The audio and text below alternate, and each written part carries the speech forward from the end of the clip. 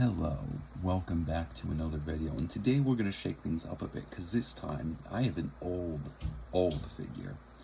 This is the McFarland Cyber Violator, or Violator Mark II. I forget how he worded it.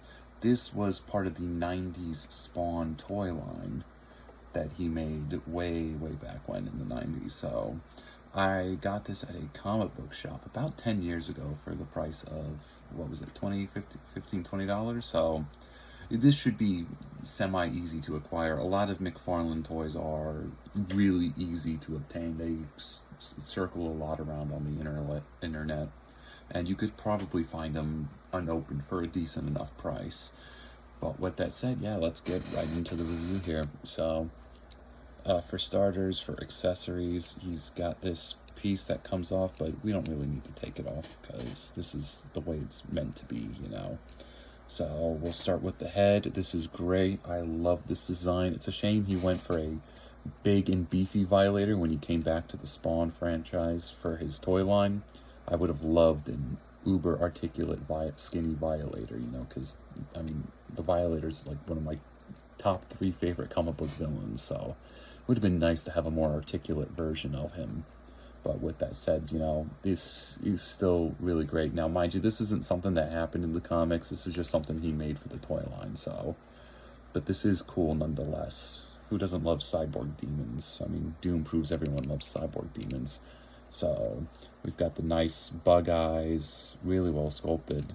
So, plastic, I mean, it's cheap and chintzy because it's a 90s toy, so I do believe these are probably scaled in the 7-inch scale. I could be wrong though. 5-inch, 7-inch scale, so it doesn't matter. This guy fits in really well with your 6 or 7-inch stuff. So you got the teeth here, you got the nice horns here, you've got this awesome cyber jaw, you know, you got the hoses here, and this absolutely beautiful sort of teeth going off here.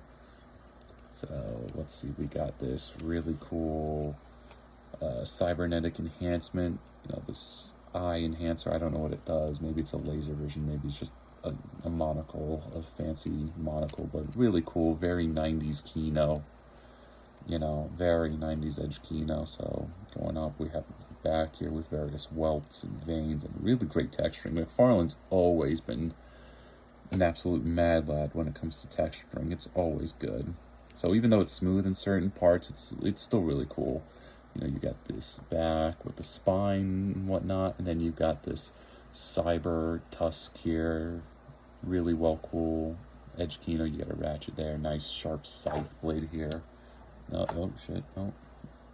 So, you know, various buttons and whatnot, wires, what is that, a ventilation or a speaker? I can't tell. So, and here we've got pretty great sort of look, like, because the figure's sculpted automatically so that his arm's in a much more upright position, whereas this one's a much more lax neutral position, and this one feels really good. You can even see the like skin all scrunched up. So this actually, this is mostly a reused figure. He made a regular version different than this one. This one's only got like 3 new parts. The rest of this figure is the same Violator that he made before this one came out, but if anything, this one actually makes better use of the mold, because here it looks like, you know, the skin's scrunched up to fuse with the cybernetic part here, and this part is absolutely beautiful. We've got some genuinely cool spikes. I do like McFarland's approach to cybernetic design. It is really cool, very edge kino. You've got a jagged sort of knife elbow here, really cool. Got some more spikes here, more pistons. And we've got this sort of, you know, exposed wire hand, really cool, with a menacing claw grasping position. And then here, this arm is nowhere near as interesting as the other one, but here this arm is very long, skinny, lanky, a lot like my arms actually. Got nice 2 spikes for the elbow joints there, you know, veins, whatnot. And then go here, another great webbed-esque sort of hand, very skinny and scrawny. And you got the exposed digits here. We've got this tiny Kardashian-esque waist here, but this is like the main draw of the Violator. It's this tiny waist, and then it's this big salamander mouth, like salamander-esque head, and then this huge jaw. So going down, we've got the skinny legs, which are already pre-sculpted into a certain position. This is pretty much meant to be a statue, except you can move it around slightly. So, you know, you got a couple more welts, veins, more excellent texturing, and then you've got an exposed pin joint, but this is the 90s, so, you know, it is what it is. Calf muscles, skinny, really well sculpted. I mean, I know this didn't happen in the comics here, but this is a really great sculpt.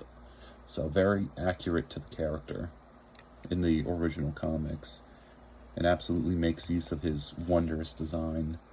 You know, got the monstrous foot there, and here we've got him in a much more sort of arched down because he's kneeling here with this leg. So really well done. For articulation, his jaw is on a hinge, so it opens, closes. Arms swivel, you know, pretty much as far as you can make them go, but limited because of the sculpt. The bend at the elbow here just swivels all around pretty much because there's nothing limiting it. And a swivel at the hand, whereas this arm just only has a swivel here and a up and down hinge at the hand.